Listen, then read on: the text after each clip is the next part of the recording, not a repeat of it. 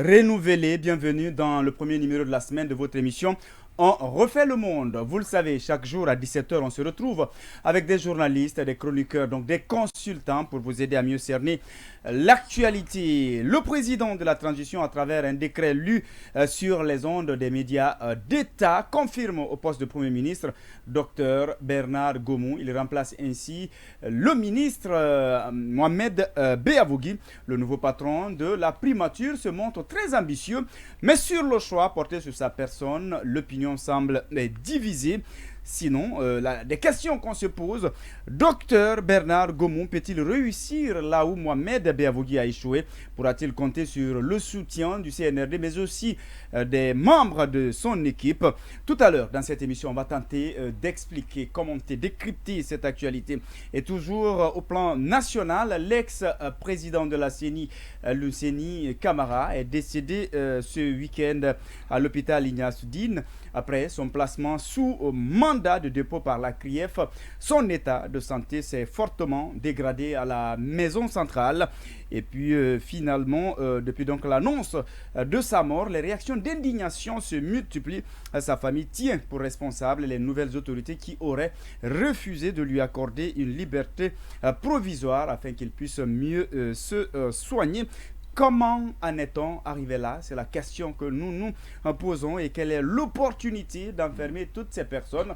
La détention est-elle devenue la règle? Autant de questions. En tout cas, on tentera de les répondre tout à l'heure dans cette émission. Et on parlera de cette visite ou du séjour même du médiateur de la CEDEAO dans la crise guinéenne. Vous le savez, Dr Yahibouni est déjà à Conakry, en tout cas depuis le dimanche. À son arrivée, il y a eu des entretiens, mais ce que lui-même n'a pas compris, c'est bien sûr pourquoi on a empêché les médias justement à être là pour qu'ils puissent bien évidemment s'exprimer.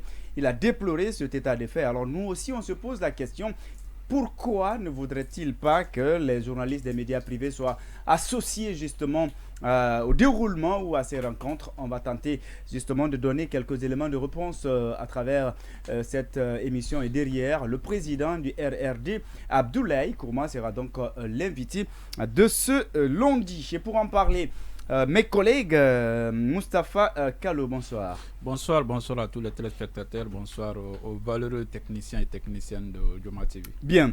Oui, Yacine Palais, bonsoir. Bonsoir, beau gosse. Bonsoir. Le micro, heureusement, c'est fermé d'ailleurs. Je pense bien, hein, c'est fermé. Alors, bonsoir Yacine. Ah, c'est quoi? C'est Simakan qui C'est est bon. derrière ça. Bonsoir. Malheureusement, Simakan n'est pas là. Il est là, je l'ai vu. Ah, d'accord, il n'y a pas de problème, ça passe. Mon cher ami, Tierno Mbone, comment ça va? Oui, ça va. Tierno Amadou Mbone, d'accord. Camara, oui. Camara, d'accord, ça marche. Oui, Bien, mon 114, cher ami Alpha Mamadou Diallo, bonsoir. Bonsoir à tout le monde. Et je précise que notre ami Habib Marwan Camara était donc convoqué à la HAC. Il vient de terminer justement ses échanges avec les commissaires donc, de la haute autorité de la communication. Pour le moment, tout semble en tout cas normal, mais on attend les conclusions donc, de leur plénière pour justement savoir qu'en est-il. Mais déjà, on se pose des questions sur cette volonté. Peut-on parler de volonté tacite de la HAC de suivre le CNRD en tentant de museler la presse? C'est la question que nous nous posons. On attendra justement les conclusions parce que de passage déjà, Ibrahima Sow Lincoln, lui, il a été sanctionné. Habib Marwan, on ne le souhaite pas. Derrière, en tout cas, il a tout notre soutien. Alors, je le disais à l'entame de cette émission, le président de la transition a donc procédé à un remaniement partiel, s'il faut le dire, et sans surprise, ou je ne sais pas si je dois le dire. Je vais poser cette question à Tierno Amadou Mbone Camara. Est-ce que tu as été surpris justement de la reconduction ou de la confirmation de Dr Bernard Gomou? Oui, particulièrement pris. Son cas, je pense que ça ne surprenait pas beaucoup. Et moi, personnellement, peut-être... Mais tout est allé si vite. Oui. Il a sorti sa tête et puis voilà. Bon, voilà, exactement, parce que ce que vous dites est illustratif effectivement de ce que je suis en train de, ce que je veux expliquer. Vous avez dit qu'il a sorti sa tête. Effectivement, il a sorti sa tête. C'est-à-dire, sortir sa tête n'a pas été le fait d'être nommé Premier ministre par intérim, sortir la tête, si on est d'accord, toi et moi, c'est parce qu'on sait que dans les coulisses, il a bataillé pour être confirmé à la tête du gouvernement. Oui, mais avant la confirmation, oui. C'était déjà une confiance de l'amener comme intérimaire. C'est là-bas tout a commencé. Objectivement, moi, j'étais surpris parce que je ne vous savez, sa nomination comme Premier ministre par intérim. Comme Premier ministre par intérim. Bon, on peut avoir un débat là-dessus. La confiance, oui, ça peut être cela, mais il peut y avoir eu un calcul régionaliste.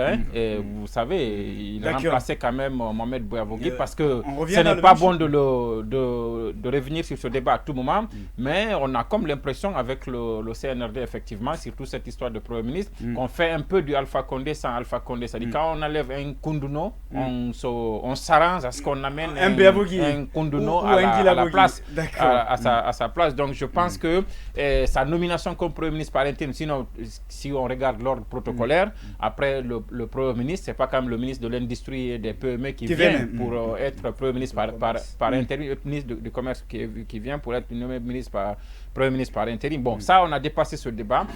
Pour sa confirmation au poste de Premier ministre, je disais que je n'étais pas surpris parce que vous et moi savons qu'il y avait une bataille rangée à l'intérieur entre des ministres de ça. Chacun voulait être propulsé donc Premier ministre et ça ne dérangeait pas parce que si nous prenons le destin isolé de Bernard lui-même, il y a un an, je le disais avec quelqu'un, il y a un an, il était peut-être directeur d'une assurance de la place. Il ne rêvait pas peut-être je ne veux pas faire de la publicité gratuite. Il était là, peut-être il ne rêvait même pas être secrétaire général ou ministre quelque part, et il est bombardé ministre du Commerce, de l'Industrie et des PME.